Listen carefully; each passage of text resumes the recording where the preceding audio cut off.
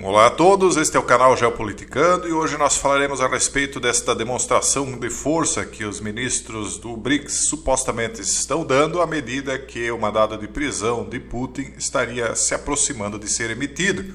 E vamos falar também da matéria do The Japan Times, falando como os aliados dos Estados Unidos estão buscando um lugar nesta nova ordem global emergente, dizendo que a América e o Ocidente como um todo estariam mais isolados do resto do mundo do que em qualquer outro momento desde a Segunda Guerra Mundial. Vamos ver as duas matérias aqui porque são dois temas importantíssimos. O mundo está mudando e mudando muito, né, pessoal?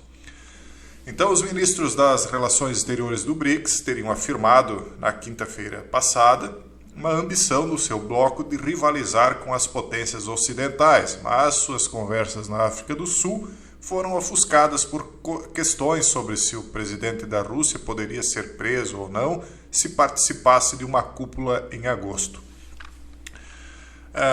A ministra das Relações Exteriores da África do Sul, Naledi Pandor, disse que seu país está avaliando opções caso Vladimir Putin seja sujeito a um mandado de prisão por conta da GEA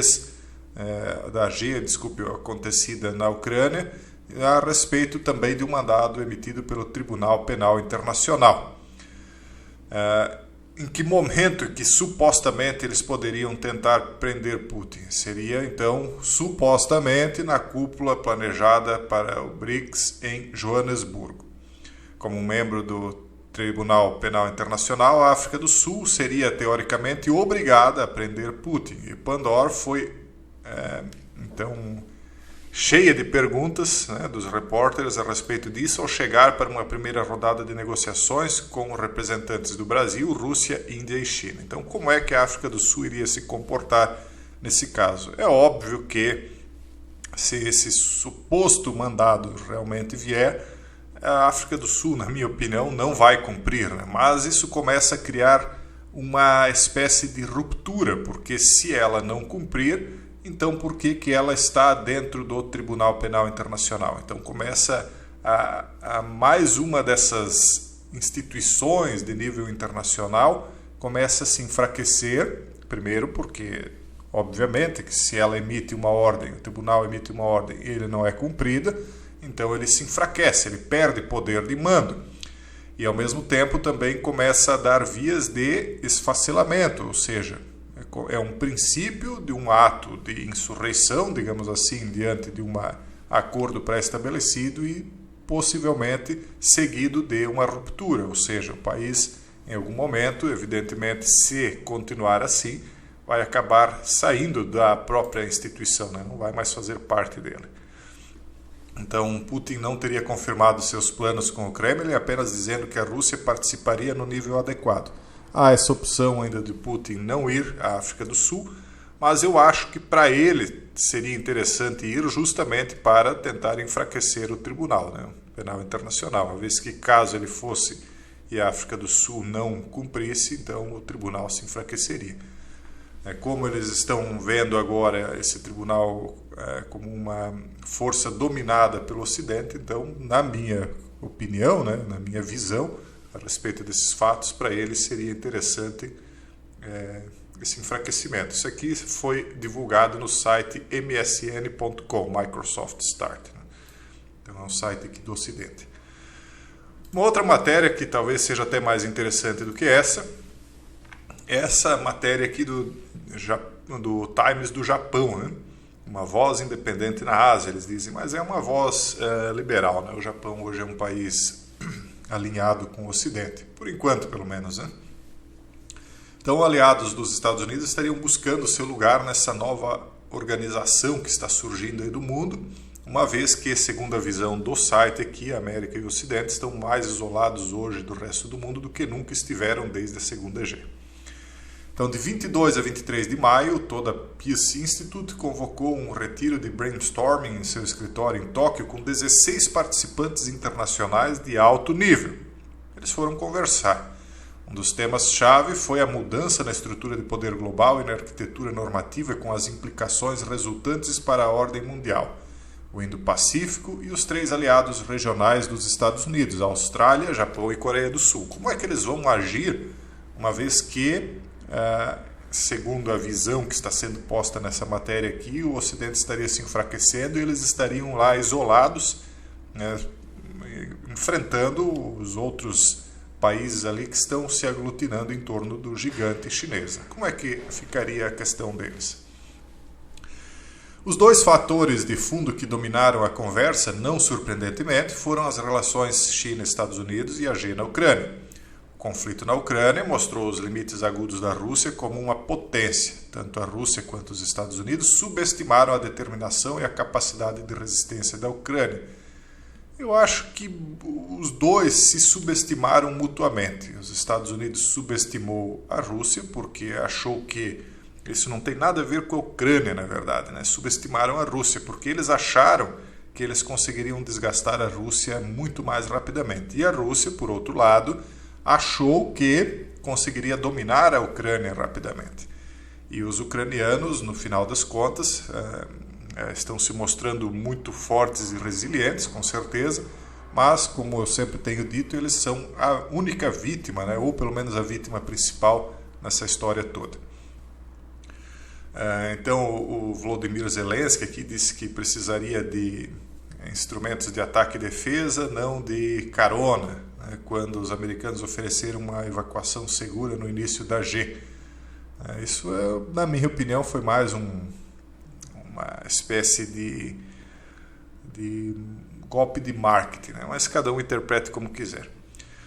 Absorve, então, assim, ambos os lados, né, o choque inicial e depois se reorganizam para lançar contraofensivas para recuperar o território perdido, tanto um lado quanto o outro. A Rússia acabou como uma ameaça na Europa e nenhum líder russo, incluído Putin, pensará novamente por muito tempo antes de atacar um aliado da OTAN na Europa.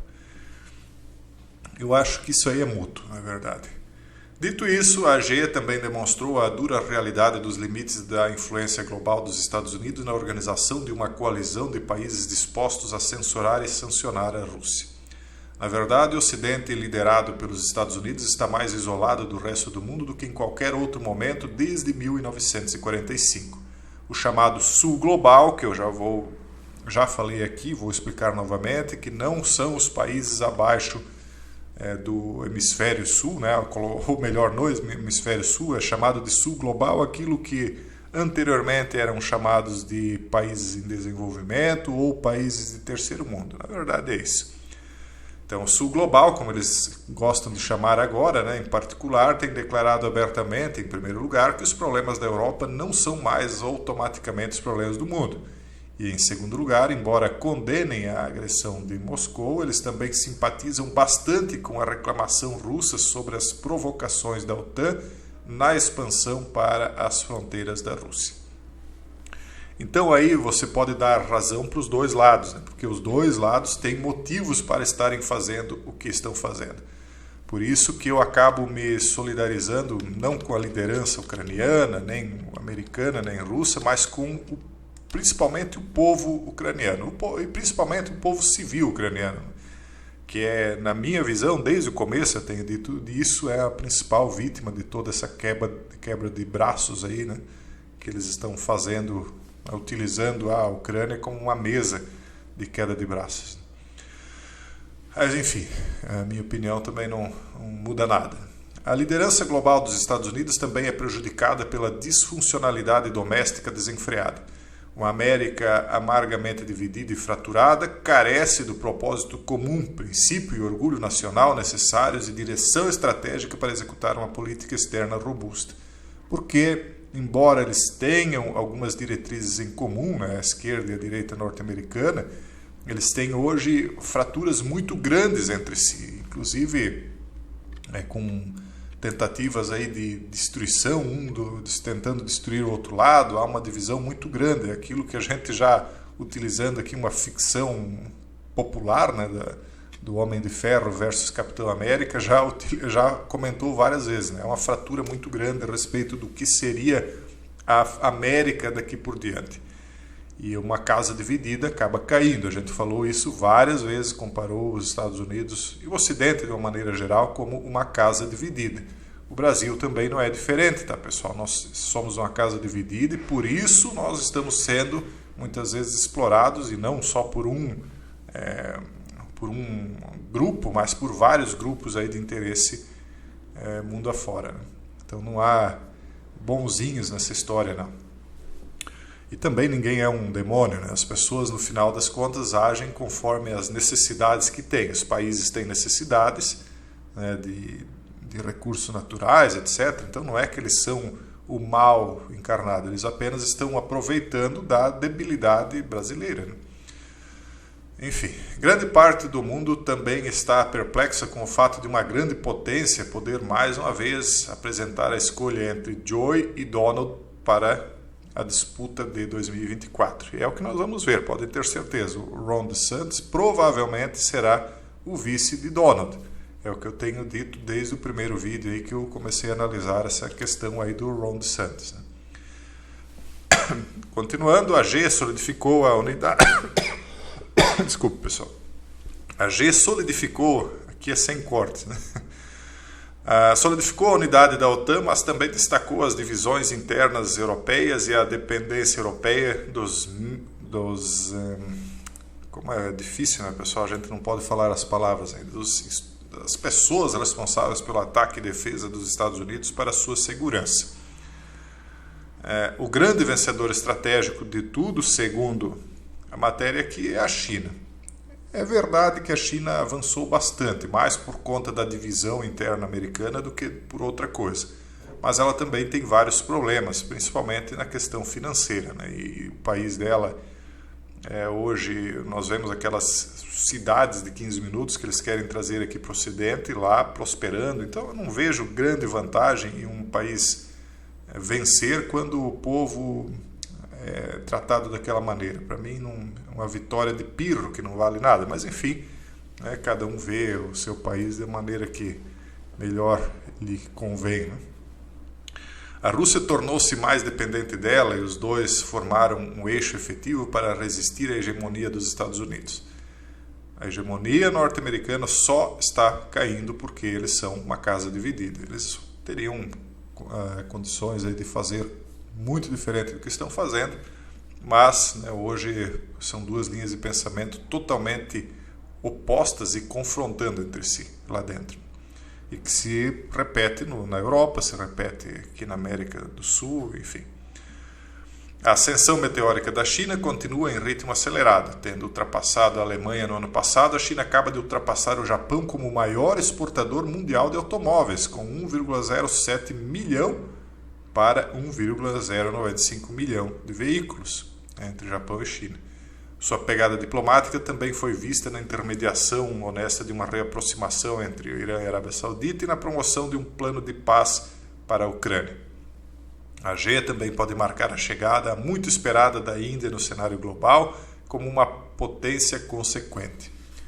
Apesar de todas as críticas feitas à Nova Delhi desde o início da AG na Ucrânia, esse foi indiscutivelmente o exercício mais bem-sucedido de uma política externa independente em uma grande crise global em décadas pela Índia. O artigo aqui ele é bem longo, nós não vamos ler ele todo. Acho interessante dizer aqui, ler esse parágrafo aqui, dizendo que nesse processo todo chegou-se à conclusão de que ser uma grande potência como os Estados Unidos significa nunca ter de pedir desculpas pela hipocrisia nos assuntos mundiais. Isso é a opinião do artigo. Eu não estou aqui para concordar com essa opinião, nem para discordar, mas é a opinião de um artigo aí do Japan Times, né? Entrincheirar seus privilégios em um clube como o Conselho de Segurança da ONU, que pode ser usado para regular a conduta de todos os outros. Na verdade, pessoal, quando você se torna muito forte, às vezes você perde a noção de que essa força ela pode cair em algum momento. E quando a força é tão grande, mas tão grande que não há quem possa disputá-la, às vezes a disputa começa a acontecer justamente dentro da estrutura de poder, que é o que está acontecendo. Os Estados Unidos é tão poderoso que eles já não se importavam mais com os outros países ameaçarem essa hegemonia, porque não era ameaçada de maneira nenhuma. Então eles começaram a brigar entre si, porque como não há ameaça externa, então podemos brigar internamente. É igual aquela história acho que foi o Reagan que falou uma vez, que o mundo só se uniria se houvesse uma ameaça externa alien, né? Como não há, o mundo continua brigando. Então é assim como os aliens, ou seja, os estrangeiros, os outros países não eram mais uma ameaça aos Estados Unidos, eles começaram a brigar entre si. E foi isso que os enfraqueceu e que pode, inclusive, ser revertido, porque eles ainda são, indiscutivelmente, muito superiores em vários aspectos, né, no campo de ataque e defesa, econômico, por mais que essa crise esteja vindo. É óbvio que todos esses países que estão encaminhando as moedas digitais querem aplacar a crise, enjaulando o dinheiro de todo mundo em dígitos, né? Então eles têm maneiras de superar tudo que está vindo. Só que no final das contas, o que me parece é que nós vamos ver realmente aquilo que a gente falava lá em 2009, se eu não me engano, da formação dos 10 reinos dessa nova ordem global de coisas. Esse é o vídeo de hoje, um forte abraço a todos e até o próximo vídeo, se Deus quiser.